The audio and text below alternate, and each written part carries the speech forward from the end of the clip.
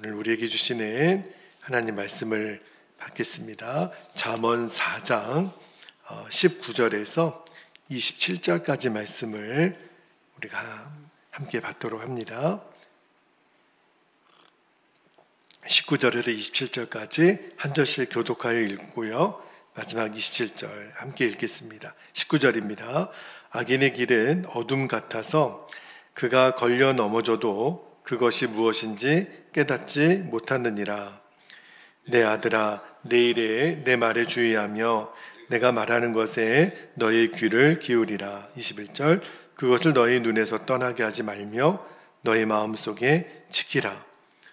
그것은 얻는 자에게 생명이 되며 그의 온 육체에 건강이 됨이니라. 모든 지킬 만한 것 중에 더욱 너의 마음을 지키라. 생명의 근원이 이에서 남이니라. 구부러진 말을 너의 입에서 버리며 비뚤어진 말을 내 입술에서 멀리하라. 너의 눈은 바로 보며 내 눈꺼풀은 내 앞을 곧게 살펴 내 발이 행할 길을 평탄하게 하며 내 모든 길을 든든히 하라. 27절 함께요.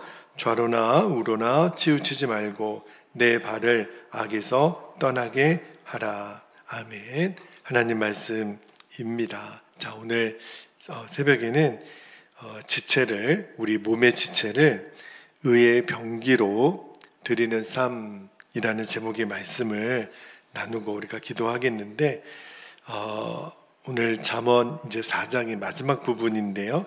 19절에서 27절까지 말씀 중에 두 가지 기도 제목을 하나님 주셨는데, 자, 첫 번째 기도 제목은 죄를 죄로 여기지 않는 자에게는 아무런 소망이 없다라는 것을 우리가 꼭 명심하게 하옵소서.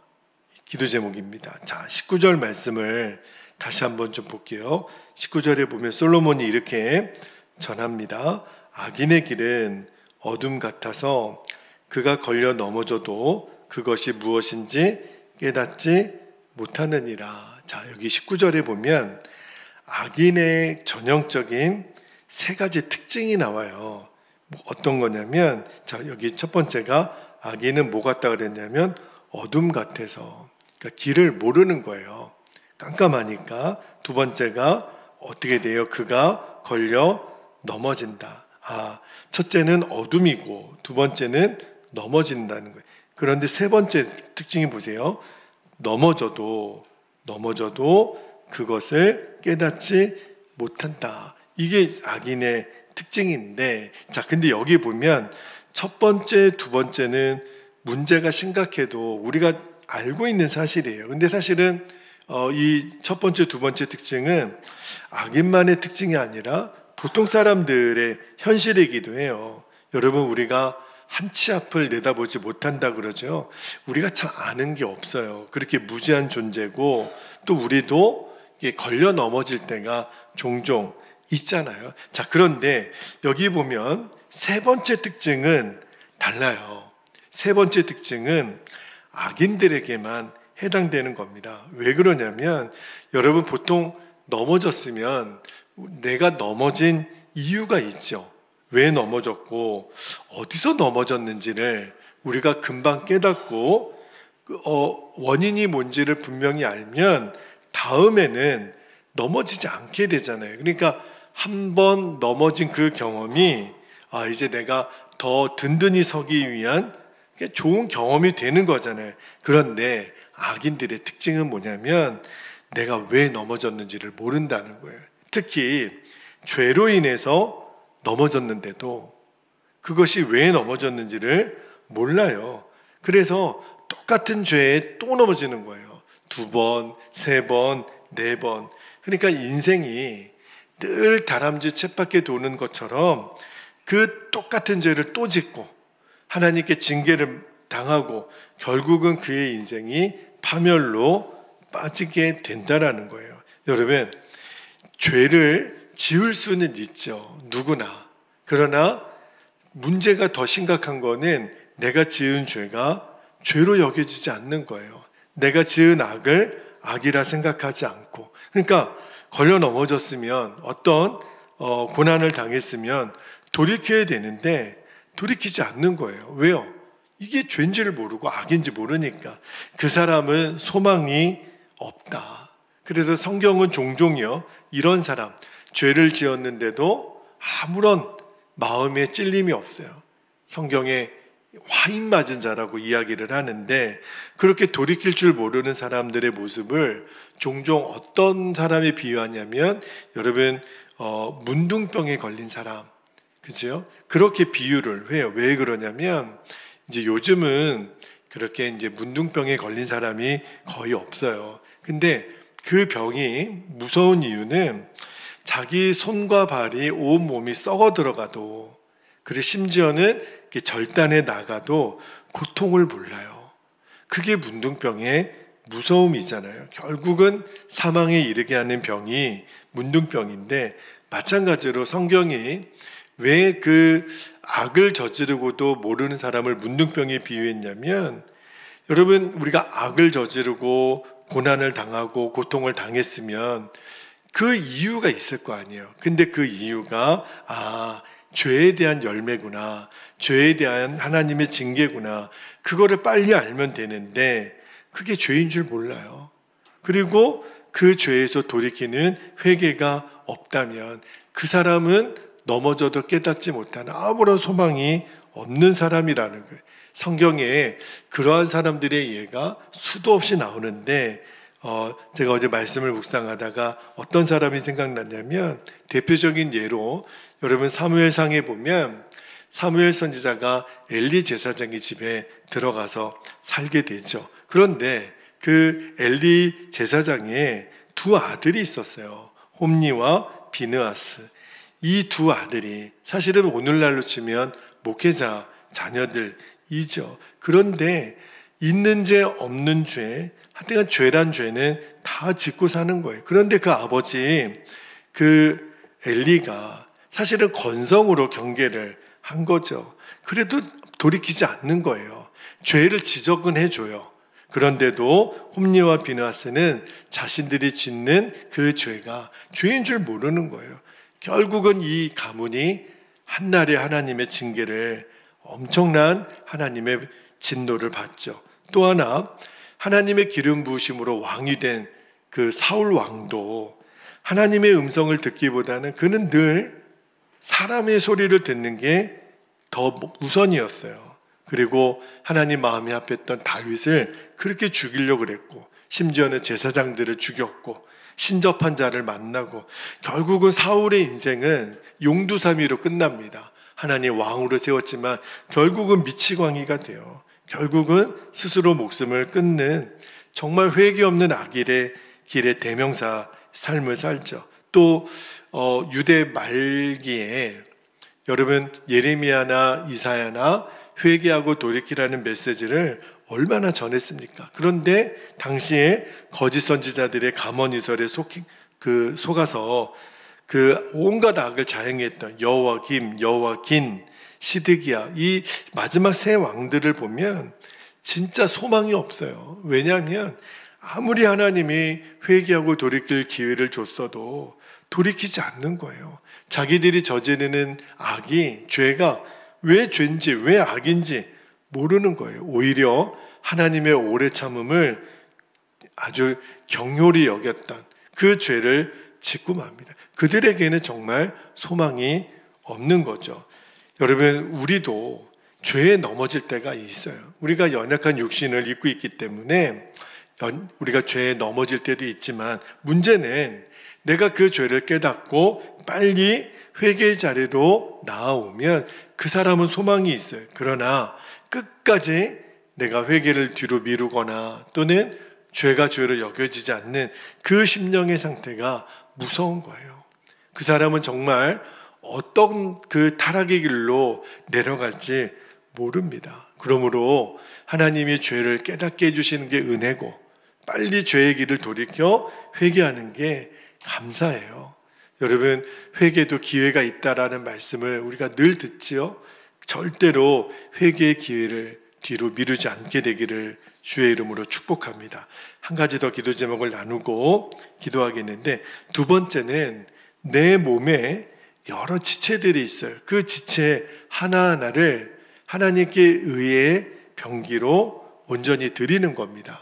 이 기도 제목을 우리가 붙잡기를 원하는데 제가 내일 새벽에 다시 한번 자세한 말씀은 나누겠지만 여러분 우리가 지금까지 잠언 요 10절에서 19절까지 쭉 읽어오면서 어떤 말씀을 들었냐면 지혜에 대하여 순종하라. 그리고 악한 일을 경계하라. 이 말씀을 쭉 들었어요. 그런데 오늘 여기 20절에서 25절까지 보면 솔로몬이 지혜에 대하여 순종하라. 이거를 우리 몸의 그 지체를 각각 예를 들어서 그 지혜를 실행하도록 훈계를 주고 있는데 제가 여기 20절에서 25절까지 말씀을 쭉 읽으면서 어떤 걸 깨달았냐면 하나님이 우리에게 선물로 주신 지체들 있죠.